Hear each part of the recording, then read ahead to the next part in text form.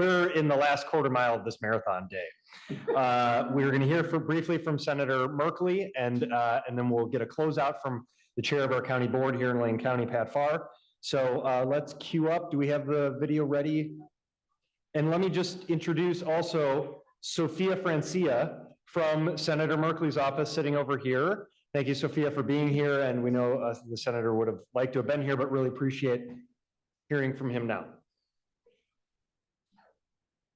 Senator Jeff Merkley here.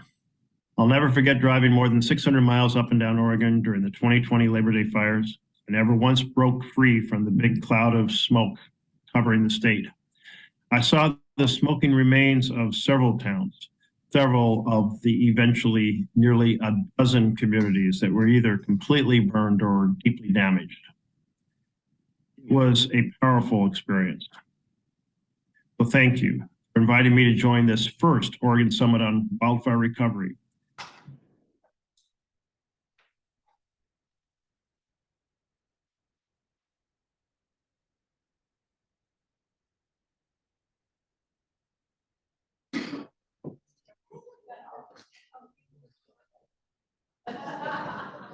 And thank you to Lane County and the University of Oregon School of Planning and Public Policy and Management for bringing us together.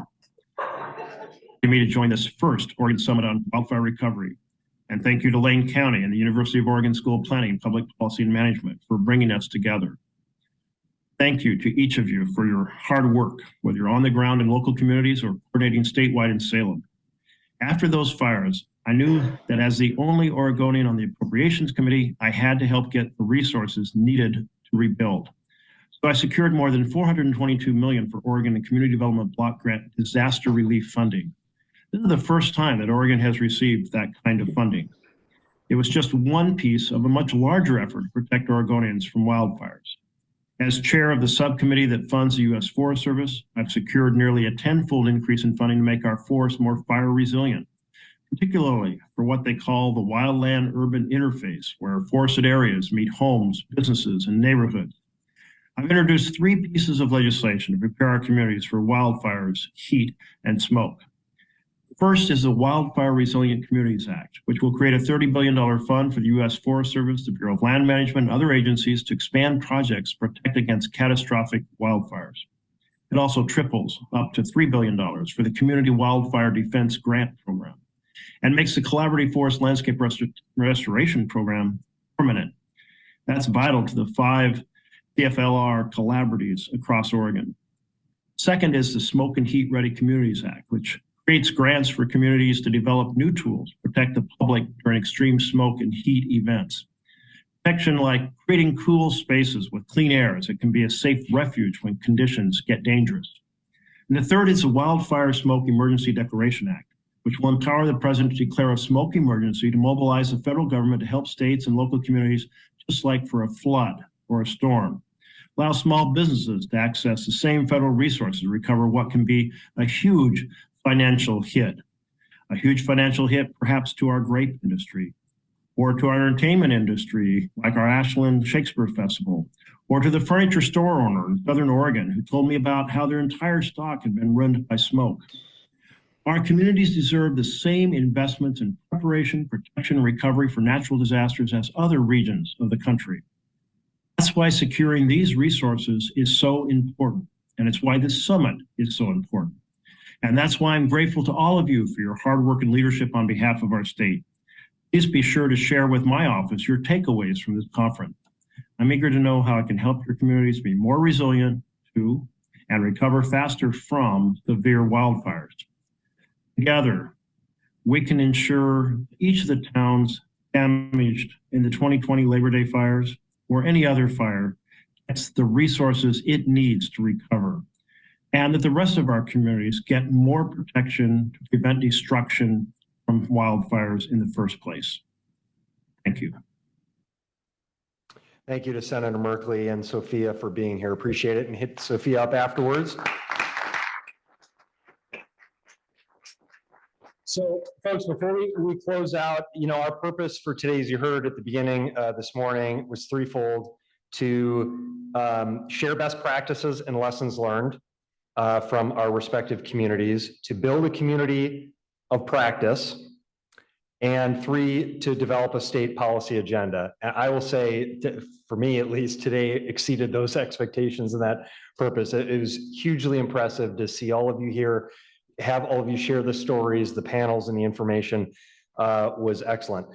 So we have another day tomorrow, remember. Be back here at between 8 to 9. We'll start right at 9, but 8 a.m. we'll have coffee and networking. The summit will officially begin at 9 a.m. with Representative Val Hoyle to welcome us, and she'll be here in person. I also want to point you to outside, there are these lists. So for those of you visiting from out of town, you're looking for a place to go, you can scan this code down here. Your badge will get you a discount at any of these places listed.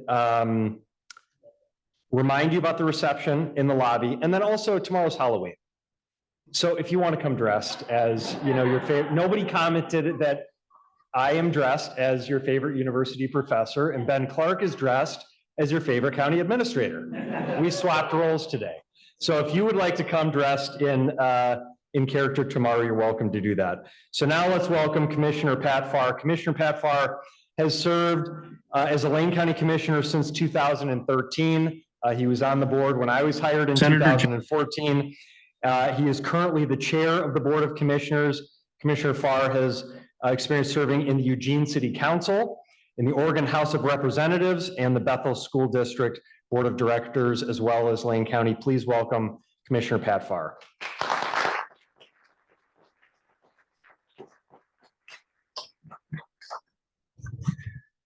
Good evening.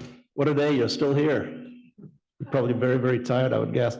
I was thinking back on when I was a young man, a boy actually, I came to the United States. We took a ship from Liverpool to New York City.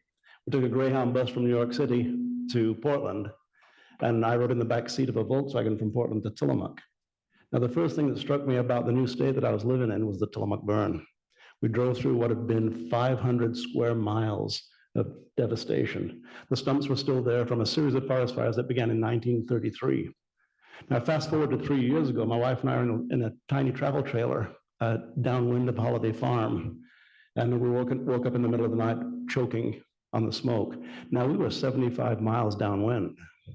So what happened with the fire 3 years ago really put the Tillamook burn into a tiny little shadow. At the time, it was the largest forest fire ever in the United States. That year, it became the 4th largest forest fire in the United States. So I really, the work we're doing here today, the work you're doing here, as Steve Mokerheisky mentioned, I've been on the state rep, a city councilor, and now my favorite role as a county commissioner. Every agency needs to come together and grab the federal government to make sure that we can transform the way we handle emergency response. You've talked today about the pace of recovery from the Labor Day fires and the extent to which the process has been far too slow to get 4,300 front doors rebuilt to get households back home. You talked about the incredible work by Oregonians, whether working in the state capitol, whether working in the federal government, or right here at city halls and county halls. On the ground, working for long-time recovery groups and nonprofits that remain focused on getting their neighborhoods back home. You heard from Dev Northwest not too long ago. The tremendous focus our nonprofits are really driving right to where the boots are on the ground.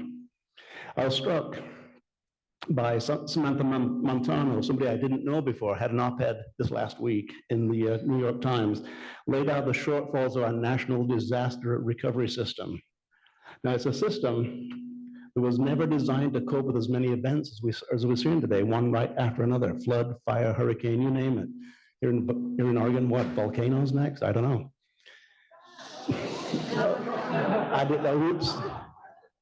I love those volcanoes. When I came to the United States, I could not believe that our Father brought us to a place where there were volcanoes. But they are beautiful, but at the same time, it's true here in Oregon. We have a lot of work to do to improve how our local and state governments respond to the darkest moments in Oregonians' lives, when fire, flood, or some other disaster upends everything. In Samantha Montano's words, we need to completely transform the way we do disaster recovery. It's true, and that's what you're here for today and this week. I have no doubt we're going to continue to make progress in this direction, especially given the hard work you're all invested in the critical question. You've all worked hard over the past 3 years. You've brought that experience with you to meet other Oregonians doing this work in communities across our incredible state. This effort, the drive to connect across governments, across communities, across county lines, is so critical for moving the recovery forward. We have to keep focused on the goal that we need to get all those front doors rebuilt and get every Oregonian back home. Now we have a moment to connect more informally. Out there, you see a fireplace, you see food out there, chance for me to step down. You can forget that I ever said any words about volcanoes, disaster, or whatever it may be. Throw a dinner roll at me. It wouldn't be the first time. And but let's call this day one of the Oregon Summit on Wildlife Recovery well and truly concluded. Thank you.